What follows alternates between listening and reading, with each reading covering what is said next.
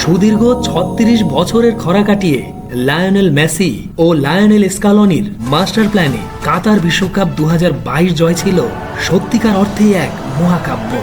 শুধু কি তারা দুজনই, নাকি আরও কেউ পিছন থেকে কলকাঠি নেড়েছেন? এই মহাকাব্যিক জয়ের পিছনে আর কারো কি কোনো ভূমিকা ছিল? বিশ্বকাপ চলাকালীন প্রায় সময়ই কিংবা প্র্যাকটিসে, এমনকি মেসিদের ঘরে বারবার হাজির হতেন এক রহস্য মানব। কে সে? কি বলতো মেসিদের?